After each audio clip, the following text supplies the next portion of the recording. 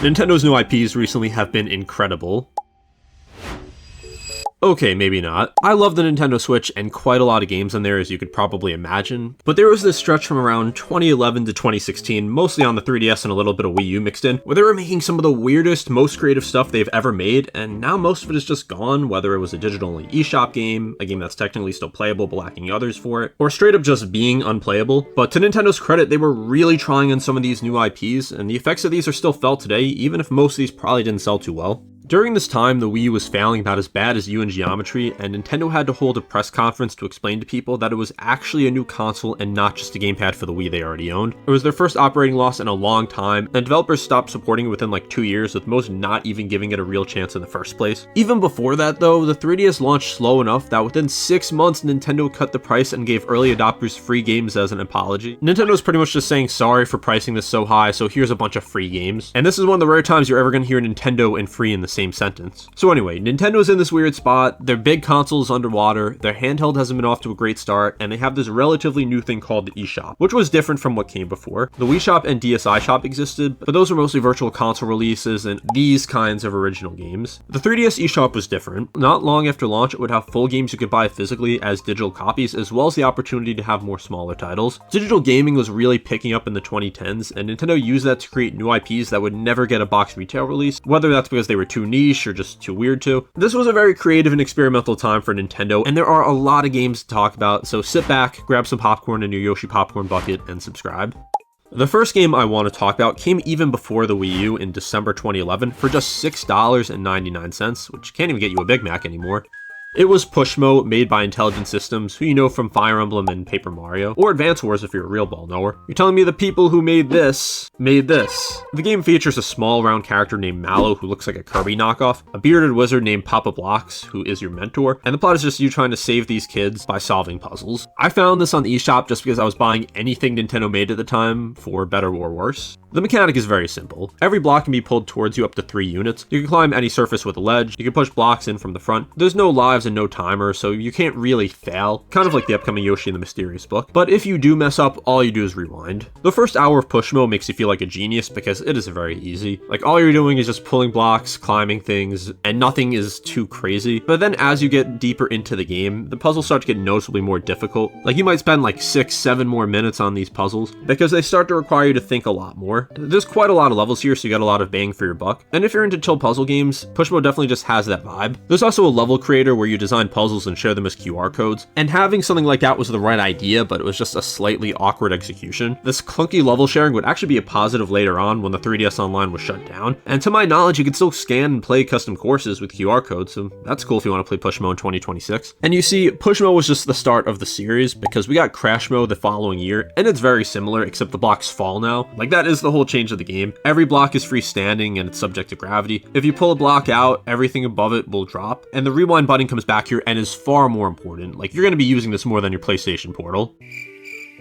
You'll move something and then things could crash down, and it was a nice change of pace. It very much feels like Pushmo, but instead of just being new levels, it really feels different. I feel like the Pushmo series is still pretty well known in the Nintendo sphere, but I don't think that's the same for the next game I want to talk about. Also in 2012, we got Dillon's Rolling Western. You play as an armadillo cowboy who rolls into rock monsters to protect frontier villages. So I didn't play this, and I was never interested in this series, and I didn't even know it got 3 games, the third of which added racing, but I'll get to that in a little bit. I don't think these games really sold that well. I guess they had to sell well enough to justify 2 sequels, but they never really seemed to get much attention. Like Pushmo was something I've seen get a lot more talk. Dillon's Rolling Western and its successors just seem to be mostly forgotten about. Like, I don't think you'll run into too many people who are diehard Dillon fans. How dare you say that? There's really not much else to say here, because these newer games seem to get even less traction. But what's interesting is that the last game in the series came out in 2018, which is a lot later than I thought. Like, that was a year into the Switch era, and the developers of the series, Vanpool, shut down in 2023, so in all likelihood we've seen the last of Dillon, but hey, they tried a new idea. Speaking of trying something new, in 2013, Nintendo struck gold and made a game where you haggled a depressed dog over the price of baseball minigames using real money. This is Rusty's Real Deal Baseball, and you all clearly remember this game because the video I made on this when my channel was in its infancy. Now go subscribe and watch that after. So we have Rusty Slugger here, a retired baseball player running a failing sports shop. His goods have been selling so poorly that his wife left him and left their 10 kids. Nintendo really made a sad backstory for a cartoon dog in a free-to-play eShop game to make you feel bad and spend money. Funnily enough, this would not be the last time Nintendo gave an anthropomorphic animal on the 3DS a sad backstory so you would spend real money, but we will get to that. Getting back to the fever dream that is Rusty's Real Deal Baseball, there's a fake version here of Nintendo called Nintendo. So Nintendo makes the world's best baseball games, rated 9 out of 10 bananas by Nintendo Powers magazine. The real Nintendo, Rusty mentions, fixed his sink last year, so good for Nintendo's plumbing division. Rusty gives you a fake console called the Nintendo 4DS that physically transports you into video games, meaning this world has teleportation technology, but apparently no phones, because Rusty spends multiple episodes not knowing where his wife is when he could have just called her. And by the way, she was just visiting her sister out of town. And while Rusty should have called, she also did leave with zero communication, and then came back and rented out his shop without telling him. So yeah, these two are just in a very toxic marriage. I do hope their 10 kids turn out okay though. You have to choose one to be basically to be your guide or something earlier in the game. They all just have variations of Rusty in their name pretty much, but they're all pretty much the same. The actual baseball minigame is range in quality. Bat and switch is batting practice that gets fast. Quick catch is fielding line drives and gets satisfying once real spinning gets involved. Drop and pop is probably my favorite in this entire game. There's button prompts on screen with falling tires. Later levels even add the D-pad. Batmaster lets you design a custom bat and hit for distance. I have a 634-foot home run from a bat I made myself, so not to brag. But the haggling is why this game is really remembered. Before buying each minigame, you talk with Rusty, you compliment him, give him items, wait through more dialogue than you'd expect, and then you can knock the price down, sometimes even more than half. So all the games are originally listed at their full price, which is $40 total. With haggling, you can get down to just $16. There are people who paid $40 here, but the game makes it extremely obvious you don't have to pay $40. And because pretty much no one spent $40 on this game, there's actually a hidden character that went undiscovered for years. This was just a very odd game because while buying levels or packs in a game is fairly standard, even on the 3DS, you're really negotiating real money in a kid's game. Imagine being a kid thinking it's just like game money or something and wanting to give Rusty money because you felt bad. Still a lot of charm in this game, and I can't imagine we'd get anything like this ever again. So 2013 seemed to be a very busy year for Nintendo's digital games because we got a couple more, with one being Flipnote Studio 3D. The DSi version had a massive community making actually impressive stuff on a handheld. Nintendo finished the 3DS version, released it in Japan, and then just sat on this game for 2 years before releasing it in North America and 3 years in Europe. I actually do have this game, and I wish I took more advantage of it when the 3DS was in its prime. You might remember Flipnote. You basically can make animations on it just by drawing, and it was a neat little concept. That same year, or a year earlier if you live in Japan, Game Freak made HarmoKnight, which was a rhythm platformer. Everything moved to the beat, it got decent reviews, but it had a very small fan base. Like, this kind of just came out of nowhere, and it was from Game Freak, so you would think it would get more attention. But be honest, have you ever heard of this game? And if you've heard of it, do you actually have it? I'd be willing to bet the vast majority of you have not even heard of this game. There is a good chance you've heard of this next game though, because it was extremely popular when it dropped at the end of 2014. And that game is Nintendo Badge Arcade. This was one of the most interesting games Nintendo had ever released, and it's not because it had deep mechanics or anything, but for two reasons mostly. One is that it gave you a ton of customization on your 3DS home screen in addition to themes. You could decorate your screen with any badges you got and either place them randomly like I did or try to make little displays, also like me. Yeah, I tried to do both here, and eventually I got to a point where it said I couldn't put any more badges down. But the other interesting thing is that to my knowledge, it's the first time, or at least one of the first times, Nintendo had pay-to-play mechanics in a game. You would get your free plays every day, but anything after that you had to pay for. It was only $1 for 5 attempts, which doesn't sound that bad, but it does add up really fast. Nintendo updated this game constantly with new badges, and it was really addicting to try and collect them all. I don't know if you could tell, but 12-year-old me was wasting a lot of money when I could have been investing this in special edition 3DSs. I also have to talk about Arcade Bunny, who was this game's Rusty Slugger, another anthropomorphic talking animal business owner with a sob story to try and get you to spend real-life money on a 3DS game. There's just no way Rusty's Real Deal Baseball wasn't talked about in whatever board meeting led to this game being created. Okay everyone, Rusty's Real Deal Baseball was a success. What should we do next? Let's just make the dog a bunny, and instead of having a finite amount of money that can be spent, we make it infinite. Someone give this guy a raise. Can't you do that? Yeah, but that would require giving you more money. The servers for Nintendo Badge Arcade fully shut down in 2024, meaning you can no longer play this, but new content stopped coming years earlier anyway. But by the time they did stop making new content for this game, there was around 9,000 badges. So think about how much money you would have to spend unless you were literally checking this every day to get your free plays for years. With the Switch and now Switch 2 having no customization, it's very obvious why this hasn't come back, but it just seems like free money. Heck, I would buy this game if it was just a set price and like a collectathon, because it was just something really satisfying about trying to get all the badges you wanted. And there were even different variations, like you had the claw machine, you had a hammer, there were a ton of different obstacles, and it was genuinely just a fun game. I'll always have fond memories of this though, even though it probably had predatory pricing practices. Also, the video I covered on this was one of my first hits on this channel, and that's why you can see Arcade Bunny in my channel banner. So earlier in 2014, before Badge Arcade, Pushmo came back on the Wii U with Pushmo World. The Wii U hardware made the colorful plastic toy art style looked really beautiful, had some new mechanics, it had some good puzzles, and actually had a proper online hub called the World Pushmo Fair, where you could actually browse and download community levels without scanning QR codes. But remember the key word, or words I said here, Wii U. At that point, the Wii U was unarguably just a total flop, and this was a digital-only game in a niche series. This game probably sold really poor, even though it was a cheap game, and probably one of the best experiences you could get for $10 on the Wii U. And this would be the only time we ever got a Pushmo game on a home console, but the series wasn't done just yet. The next year, we got Stretchmo on the 3DS, and this one allowed the blocks to stretch horizontally, vertically, and expand as you interacted with them. But the weird thing is they sold it as individual puzzle packs instead of just the game as a whole. So it was only $10, it wasn't expensive, and the content here was actually really great, but it was just kind of a weird pricing decision to have these different packs and make the game feel so segmented. I understand it because they probably wanted to have it be a little more accessible to try and get more people into the series with a smaller price, but this game was already pretty cheap. What I really would have loved for them to do is make some sort of collection of this on the Switch, just have all 4 games, bump the resolution for the 3DS games, and reintroduce the community mode, because I feel like this is a game that could have a lot of success on the Nintendo Switch, because the people who actually play these games really love them. There's a reason that this game still has some support years later with people who are sharing QR codes. Unfortunately though, it's been 11 years now since we got Stretchmo, and the only time we've seen anything related to Pushmo since was Mallow making an appearance in Kirby Planet Robobot and being a spirit in Smash Ultimate. Intelligent Systems actually had another game in 2015 that kind of fit this vibe of being a weird new IP. This time it wasn't a digital only game, it was a full retail release, and I actually covered this in another video too. It's codenamed S.T.E.A.M. So in this game, Abraham Lincoln is operating a squad of fictional characters like Tom Sawyer, Tiger Lily, the Cowardly Lion,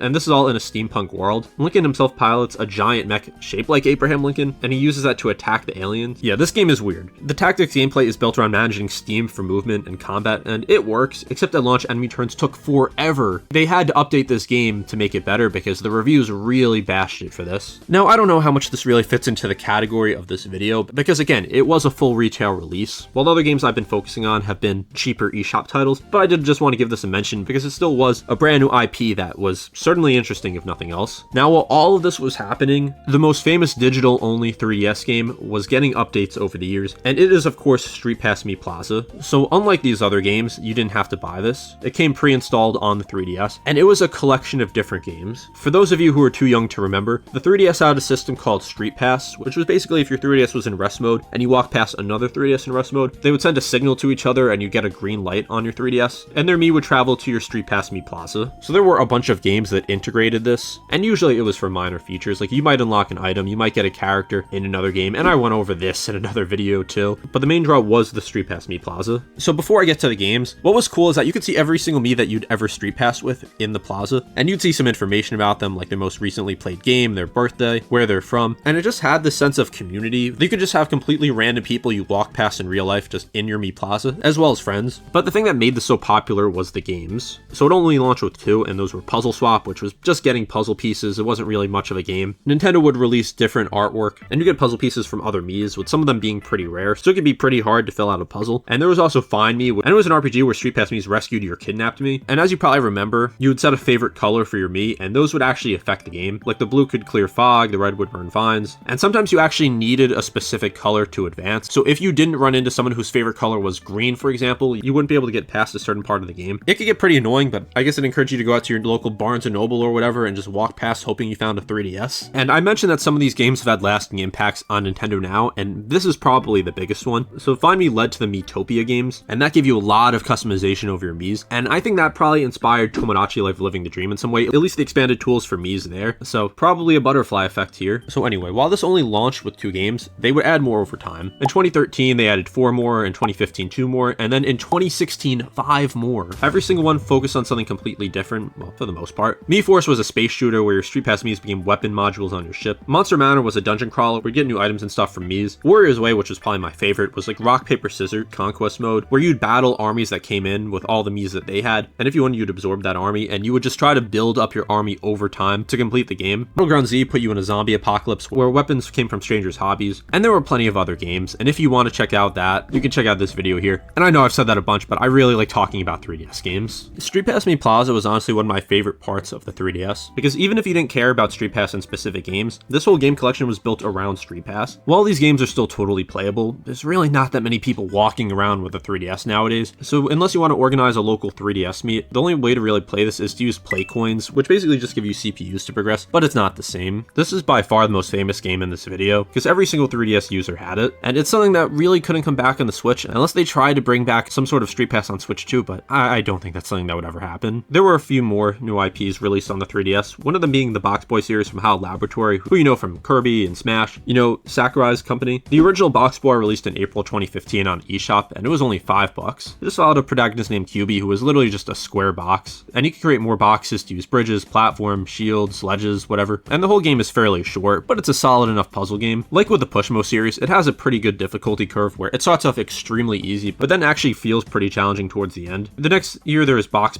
Boy, and that gave you 2 sets of boxes instead of 1. Then finally on the 3DS, there was Bye Bye Box Boy in 2017. This again added new mechanics, and the reason a lot of you might even know about this game is that this actually did get a physical release, but it was only in Japan. But that's not the interesting part. It came bundled with an amiibo, and that amiibo now sells for how much money? Out of all the games I've talked about so far, the only one to make the jump to Switch has been Box Boy, with Box Boy plus Box Girl on Switch in 2019. It's co-op, it has 3 full campaigns, and it's very much an extension of the original 3DS games. But with the eShop being down, and all these games being unpurchasable now if you don't have them, this is the only one that you could still easily experience if you didn't buy it already. And by that I mean experience the series, not the games, because there's been no collection of these launched on the Switch. And the final new IP I want to talk about briefly is Ever Oasis, which came out after the Nintendo Switch launched in 2017 and was a full retail release. And this game is actually pretty popular among the people who played it. It combines a lot of different things. It has dungeon puzzles, crafting, RPG combat, farming, and some simulation aspects. There's a lot here, and it's actually reviewed very highly by the people who actually played it. But the issue is, it came out in June 2017. People were already moved on to the 3DS, and when you're trying to start up a new IP on old hardware that people aren't really playing on much anymore, you're kind of just setting up the game to fail. Fortunately though, this game does have a retail release, and it's not too expensive. If you want to play this game, you can spend about 30 to 40 bucks and get it. So just another argument for physical media. The 3DS and Wii U eShop closed in March 2023, and the sad thing is that pretty much all these games, Pushmo, Rusty's Real Deal Baseball, Box Boy, the Armadillo Collection, all these games that tested out new ideas that you could only play on the 3DS, or even the Wii U, were just lost. Now you can mod your console, you can buy a console that already has it downloaded, but a lot of people are not going to go through that. A lot of these games might sound interesting to you, but unless you want to get into modding or trying to buy a secondhand console that already has them downloaded, you're out of luck, and I feel like that's really sad because some of these games are genuinely fun experiences. And in the case of Nintendo Badgercade, you can't even play that anymore. Even if you have it downloaded, you'll just get an error message if you try to boot it up. But now we move on to the Switch era, and it is Nintendo's biggest platform they've ever had. And it's not like we haven't gotten new IPs, but they feel few and far between and kind of lack that certain charm of the 3DS Wii U era. 1-2 Switch was one of the few launch games and felt like it should have been a pack-in title, or maybe like 20 bucks, but this was $50 for a short collection of gimmicky mini games that you and I both bought because there was almost nothing else to play at the time besides Breath of the Wild. But that of course was only a single player game, and a big selling point of the Switch was the multiplayer aspect with sharing the joy. And the funny thing is that 1-2 Switch got a sequel years later called Everybody 1-2 Switch for 30 bucks, but at that point no one needed this. People only bought 1-2 Switch because it was a launch game. I can't imagine too many people were lining up in stores to get this. I only own this because I found it for $5 on Woot, so I was like, what the hell, might as well get more clutter on my shelf. Snipper Clips came out shortly after the Switch launch and felt like a game that could have been on the 3DS if the resolution was cut in half. It was a cheap little eShop game where you and a friend, if you had one of those, were these weird paper things that could cut each other into shapes, and you would use those to solve puzzles, and it was actually a pretty solid game, especially at a time when there wasn't much on the Switch. And we actually did later get a physical release of this, so that's pretty cool. Then there was ARMS a couple months later, and that was geared as the big new IP for the Switch, kind of like how Splatoon was the big new IP for the Wii U, but it never really caught on, and I wouldn't really put it in this category as it was a full price retail release from the get-go. There's also a representative from this game in Smash, so don't worry, its legacy is secure. Nintendo has released some other new IPs throughout the Switch's life cycle, but again, they didn't have that same quirky vibe that often meant cartoon animals with sob stories. There was Astral Chain, Ring Fit Adventure, Game Builder Garage, and Nintendo Labo. These were all full retail releases, and besides Astral Chain, which is very much a video game, the others were extremely gimmicky with peripherals, or in Game Builder's Garage case, not really a game. But finally, in 2025, we got 2 small new IPs, both digital only that were fairly cheap, and both Switch 2 exclusives. The first was the infamous Nintendo Switch Welcome Tour. So I think this was kind of ridiculous to not have as a pack-in title. 1-2 Switch was overpriced, but at least, I don't really know. But Nintendo Switch 2 Welcome Tour was basically a virtual tour and showcase of the Switch 2's tech with some minigames sprinkled in. Did I really need to pay $10 to learn the Switch 2 can play in 4K though? The Wii had Wii Sports, which was a pack-in title and had 5 sports, which are still being played 20 years later. And the 3DS gave you these AR cards that didn't really do anything outside of a gimmicky game that you would play once. It wasn't anything crazy, but it was free. Nintendo Nintendo was rightfully ridiculed for this, and it did them no favors for the Nintendo as a scummy company crowd. It's also worth noting that the PS5 had something similar to this with Astro's Playroom, which was a free platformer that kind of did the same thing as Welcome Tour, but was far more creative. It also led to Astrobot 4 years later, which in my opinion is one of the best 3D platformers of the century, but I highly doubt we're getting anything else in the Switch Welcome Tour universe. Besides this, in the summer of 2025, we also got Dragon Drive, which cost $20 and was developed to show off the mouse feature of the Switch 2 Joy-Cons. It got almost no attention at release and got pretty middling reviews. And all of it really is just a wheelchair basketball game where you use the mouse to control your character. The gameplay's fine enough, but there's just not much content here. You can customize your character and play 3v3 online matches, but that's about it. Nintendo is still making new IPs, even if it doesn't feel as frequent as it used to be, but they just have a very different vibe from the early 2010s. Rather than focusing more on these really quirky, often character-centered games, they've more often than not just been for a hardware gimmick or bigger, more expensive releases. None of these games were masterpieces. Like, I highly doubt anyone saying Rusty's Real Deal Baseball is a top 10 game of all time, and Nintendo at Badgercade specifically existed just to get your parents' credit card, but I really just liked the personality that these games had at the time, and it felt like Nintendo was more willing to experiment. I think if Nintendo just ported a lot of these games to Switch or Switch 2, that they could get a lot more attention.